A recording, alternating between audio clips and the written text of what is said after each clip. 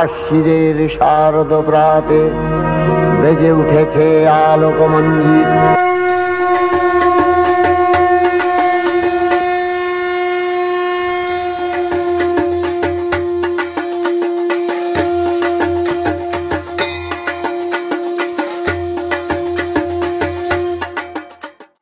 বছরভর এ দিনটির জন্য অধীর অপেক্ষায় থাকে আপামর বাঙালি। শরতের নীল আকাশ আর মাটির সোনা গন্ধে মর্তধামে আবির্ভূতা হন দেবী দশভুজা দুর্গা।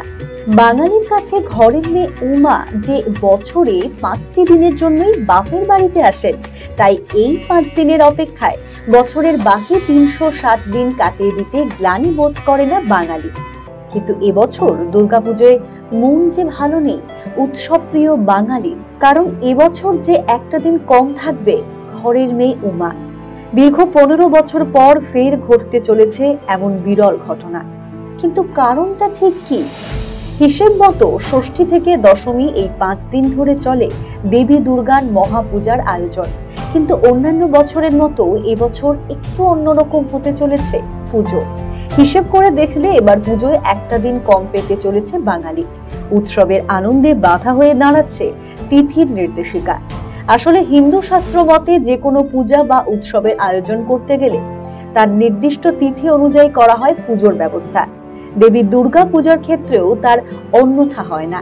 কিন্তু এবছর 2024 সালে মহাষ্টমী এবং মহানবমী একই দিনে হতে চলেছে এই তিথির বেড়াজালে। এই 2 তিথি একই দিনে পড়ায় সমস্যায় পড়তে চলেছেন পুজো আয়োজকেরা। হিন্দু শাস্ত্র মতে দিবসীয় পূজার ক্ষেত্রে সূর্যোদয়কে প্রাধান্য দেওয়া হয়, অর্থাৎ যে তিথি দিয়ে সূর্য উদয় হবে তাকেই প্রাধান্য দিতে হবে। কিন্তু এবার সেই হিসেবে একটা আস্ত গড়বড় হয়ে গিয়েছে মহাষ্টমীর দিন। এবছর মহাষ্টমী পড়েছে 11ই অক্টোবর 2024, বাংলার 24শে আশ্বিন 1431 শুক্রবার। এদিন সূর্যোদয় হবে সকাল 5টা 34 মিনিটে। বিশুদ্ধ সিদ্ধান্ত এবং অন্যান্য পঞ্জিকা মতে মহাষ্টমী তিথি থাকবে সকাল 6টা 48 পর্যন্ত, অর্থাৎ সকাল 6টা 48 মধ্যেই দেবী দুর্গার মহাষ্টমী বিহিত পুজো সম্পন্ন করতে হবে। সে তো ঠিকই আছে, কিন্তু সমস্যা হলো অন্য জায়গায়। মহাষ্টমী এবং মহানবমীর সন্ধিক্ষণে হয় সন্ধি পুজো। মহাষ্টমীর শেষ 24 মিনিট এবং মহানবমীর প্রথম 24 মিনিট, এই মোট 48 মিনিটের সন্ধিক্ষণে হয় দেবী দুর্গার সন্ধি পুজো। তাই হিসেব মতো সকাল 6টা 24 মধ্যেই সম্পন্ন করতে হবে মহাষ্টমী পুজো। অন্যদিকে সন্ধি পুজো আরম্ভ হবে সকাল 6টা 24 থেকে এবং শেষ হবে সকাল 7টা 11-তে। এরপর সকাল 7টা 54 থেকে দেবী দুর্গার নবমী বিহিত পূজা শুরু করতে হবে।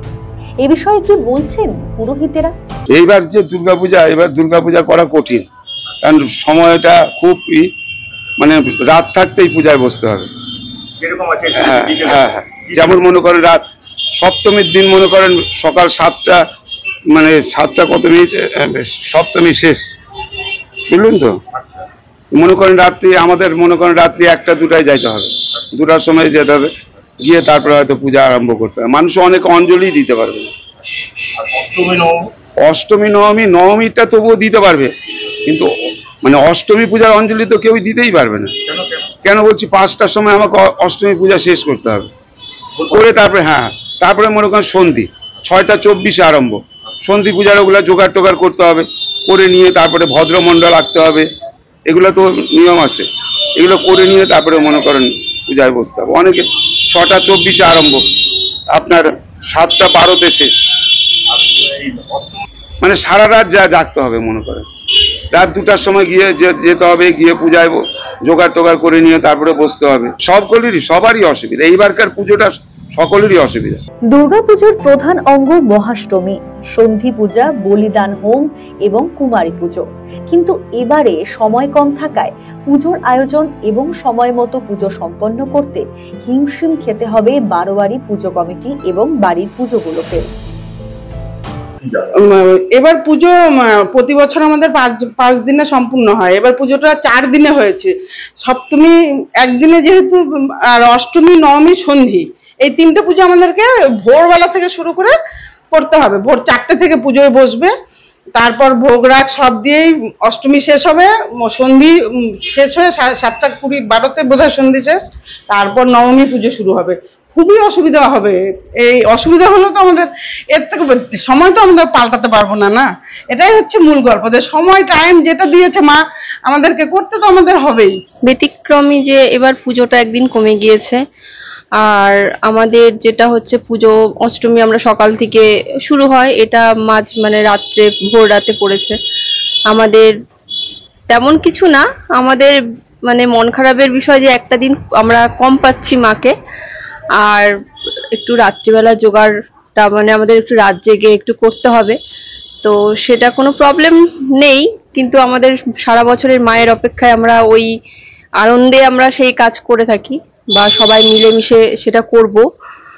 আর এই সন্ধিক্ষণটা মানে অ্যাকচুয়ালি হয়েছে যে অষ্টমী পুজোর শেষ, যেটা হ্যাঁ ভোর রাতে যেটা শেষ হবে, হওয়ার পর থেকে মানে সন্ধি পুজোর আয়োজন খুব তাড়াহুড়ো করেই আমাদের করতে হবে, কারণ ওটা আমাদের টাইমের একটা ব্যাপার থাকে। তো আমাদের ঠিক হ্যাঁ সেই সময়টা দেখে আমাদের সন্ধি পুজোটা করতে হবে, আমাদের ওই টাইমের মধ্যেই কমপ্লিট করতে হবে, যেটা খুব শর্ট টাইম। আর আমাদের সবাইকে তারপরে আবার নবমী দশমী যেমন একদিনে পড়েছে, আমাদের ওই নবমীর দিন যেহেতু দশমী পড়েছে, আমাদের নিয়ম অনুসারে আমাদের সেই ওই নবমীর দিনই আমাদের ঠাকুর বিসর্জন হয়ে যাবে, যেহেতু সেদিন দশমী পড়ে গিয়েছে, আমাদের ঠাকুর আর রাখা যাবে না, থেকে যায়। আমরা অ্যাকচুয়ালি সত্যি কথা বলতে কি, আমরা শহরের পুজো সেইভাবে যাই না, আমরা মায়ের মানে বাড়ির মাকে নিয়েই ব্যস্ত থাকি। বাচ্চাদের যেহেতু বাচ্চা আছে, সেই জন্য ওদের মানে আশা মানে একটা থাকে যে একটু ঘুরতে বেরোবো, তো ওদেরকে নিয়ে হয়তো একদিন বেরোলাম। এই তাছাড়া আমাদের মণ্ডপেই কেটে যায়, বাইরে থেকে সবাই আত্মীয় স্বজন আসে, তাদেরকে নিয়ে গল্প গুজব এই করেই আমাদের কেটে যায়। তিথি বিভ্রাটের কারণে একটা দিন হাতে কম পেতে চলেছে বাঙালি, যার জন্য মন ভালো নেই পুজোর আয়োজক থেকে শুরু করে আপামর বাঙালির। RCTV সংবাদ, রায়গঞ্জ।